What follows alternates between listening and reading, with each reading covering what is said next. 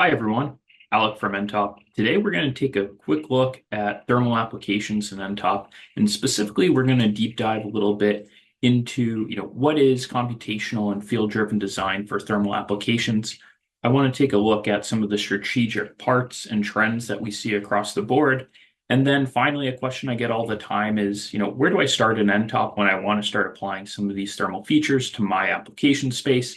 And today you should walk away with some of those resources, as well as a brief overview of, where to start and what that looks like. As you might know, nTop works with your software stack. So what we mean by that is you're taking in either your own data, your own CAD models, or maybe you're using some of the own simulation tools within nTop. And through that, right, we can apply things like material properties, use things like fluid domains and fluid flows, and we can use all of these in combination with our design for manufacturing to actually have a nice reusable model and something that we can apply to a variety or family of parts, such as heat sinks or maybe even dual domain heat exchangers. So let's take a look at what that looks like. Across nTop, we have a variety of demos, and I pull from these demo files when I'm working with customers or taking on a topic. And some of those are, dual domain heat exchangers. There are also things like textured fins, or maybe we're working with perforations that are based off of a thermal model. And what nTops allows us to do with a lot of these typically, hard to create complex surfaces is have them be a part of our model. And we can start with a really basic example here, such as this pin. And what we see here is this pin on the left-hand side, right? And this is just an infinitely thin beam. And we're kind of creating complexity across the board here. And that's, we're adding a thickness to this. Then we're applying it normal to a surface. Maybe we're adding something like a blend radius to the base, varying the thickness very quickly. And then we can start not just using our own engineering intuition, right? We can start applying some data to this. So maybe that's a thermal field, right? Maybe we're manipulating the spacing of these different objects. And that's what you see on the right-hand side where we have these areas of high temperatures. I'm trying to create more thermal mass. And when maybe I'm trying to elongate or not have such a severe pressure drop, right? I actually want larger spacing. And we can combine this with simple elements, right? So another common element that we see customers use, right, are going to be thermal fins, right? So we can take the pins from before as well as these fins, and we can start leveraging these to orient fluid flow throughout masses. And this has been something we've shown for a while. It's just using CFD, right, a .cgns file to actually have a nice vector path through these, it look like little chiclet bubble gums, right? These fins and orient that flow. And we can start driving the fluid where we want it within, something like a heat exchanger. Some more advanced thermal features that I want to, take a look at are going to be these TPMS structures, right? So very common that with these TPMS structures, we're varying something like the cell size, or in this case, the thickness to try to enhance or change how a fluid moves throughout the object. And then for dual domain applications, right, we have much more focus around biasing. And with this, right, maybe we want to have a thicker wall in certain areas and we want to slender out the periodicity. So we can change that. We can also do things like, add a nice blend to the base. So maybe this is a heat sink, right? And we want that 2D extrusion. We don't want to have those undercuts. And that's something that nTop does exceptionally well. And then finally, something that you see in a lot of our case studies, this ends actually from the Formula SAE Baja and Formula SAE hybrid inserts for the heat exchangers. And these are some tortuous paths, right, that follow a guide curve. We have a tutorial I'll show you on this, but this is a good way to how to have some of that turbulent flow in your different paths.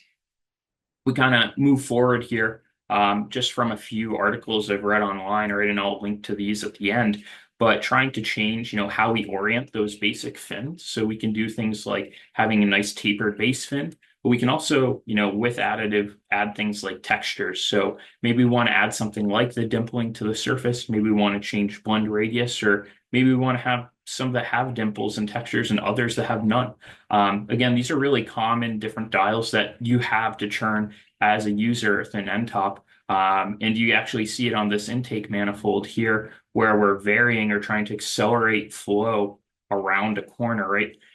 Same thing maybe on the other end as you're trying to create more turbulent flow, and you see this kind of rifling we can do on the inside of structures, leveraging that TPMS object. So just wanted to show you that, give you kind of an idea of these overviews, and then how do we apply them now to a workflow. So today we're going to take a look at a dual domain heat exchanger, and I want to walk through, where do we start, and then how do we make that iterative loop, and then export that final design.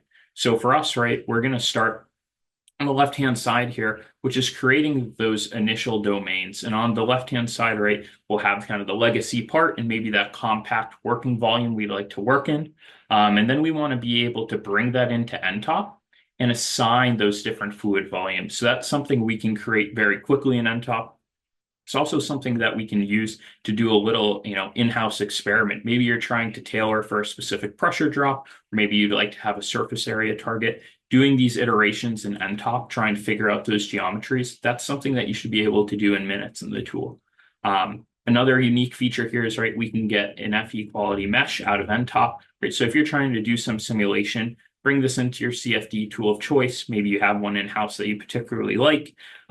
Do some quick iterations, and we can bring those velocity fields back, or anything that's a CSV file, right, with an XYZ location and scalar back into nTop. And that's going to allow us to make these quick iterations to influence design. So maybe, for example, you want to change the inlet feeds here based off of what the speed of entry is to the object, right? So this is a common way to manipulate those velocity fields and use that towards your final design.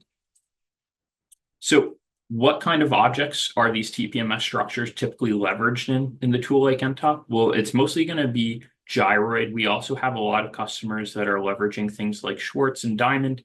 And you'll see a lot of the published papers that are leveraging nTop are using these three. They're also using some custom unit cells. So that's something we can do right in the tool, is leverage something like a custom unit cell. So if you have something you'd like to experiment, right, you can use that to separate your two different fluid domains with those TPMS structures, or bring in your own custom unit cell to experiment a little bit with. And that also works for 3 fluid domains as well. So maybe you have, fuel, oil, and a cooling liquid as well, right? We can separate these structures, or maybe in some instances, one of those is even a gas domain. Again, very common in nTop to use these and separate the structures. So we have this initial, hex design. What does that look like, and how do we choose those variables? On the left-hand side, again, the working volume, and then we have our cold and hot fluid domains noted by the red and blue areas here.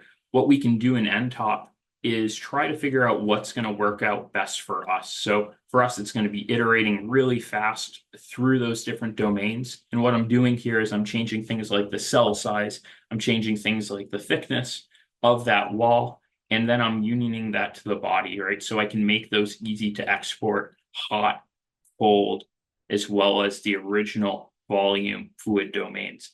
So changing things like the shell thickness, changing things like the actual thickness is going to be something that you can reliably do in nTop and then get those exports out.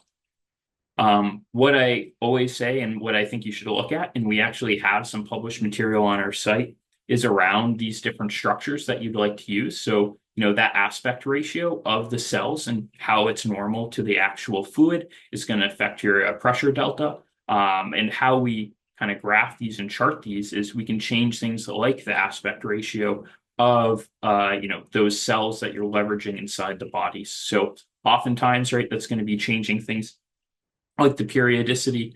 It could also be warping or moving the fluid domain, and then having a nice field or graph data set, right, that design of experiments to figure out what is the best TPMS thickness, what is going to be the best cell size for my application, and we can iterate through these. So you basically have a little lookup table for different fluids, different pressure applications and goals.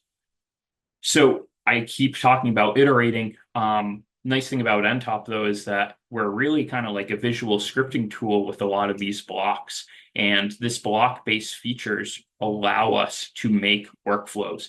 And what you're seeing on the left-hand side is a workflow that I made within nTop, right? That custom block where I'm importing a volume, assigning a cell size, and then defining my hot and cold inlet bodies, right? But something that's, really unique about this is that I can have this be an export of anything. So in this case, right, I'm taking this orange body, I'm actually making a nice mesh, and then I'm able to bring this into my CFD tool of choice, maybe do a couple visualizations of the vector field or the fluid flow, and I can see stuff like the velocity, the pressure drop across this object, and then use that to drive my actual TPMS hex that you're seeing on the screen. So, these custom workflows and these custom blocks, right? These are great things you can develop in-house. They're also things that we have in our demo library, right? Which is in our learning center. So if you'd like to leverage some of these from the start or take a look, right? Reach out to your solutions engineer, talk to your customer success manager, and see how you can start leveraging a lot of these blocks to kind of speed up some of your initial design processes. Here's that same object, and this is actually something that was done recently. Some of these visualizations within nTop are around how the flow path moves. Something you'll also know is that nTop has some new integrations. So if you're curious about how nTop works with maybe your CFD tool of choice, right, or maybe some of our own partnerships, right, that's something we can look at with nTop Core, and we can see how that varies different features of the hex.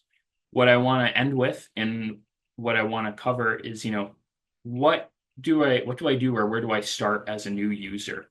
And for new users, right, this is something that, is a great item to reach out to us. But for existing users, where I want to point you, and as licensed users, you actually have login details already, is some of the resources that I give to a lot of customers that are just working on their first nTop projects around, heat exchange design. And for me, those typically are in our nTop Learn multi-course, right? That heat exchanger design. And then also I kind of step up here over to reshape plumbing geometry. So this is a really interesting way to do varied offsets based off of the fluid flows and vector fields. And typically, the next thing that a question that I'll get is, what do I do with CFD, or what are the best practices? And we have two links here, and we'll make sure they're linked in the video around Star CCM as well as ANSYS. So if you're using something like Fluent Software or Discovery, how do I make those different exchanges streamlined? So I wanted to end with that. I wanted to give you some places to start. And if you have any questions, please reach out to us. My email is alecguay@ntop.com. And let us know what you think. Let me know if there's another topic we should cover. I want to do more of these videos again. Thanks, guys.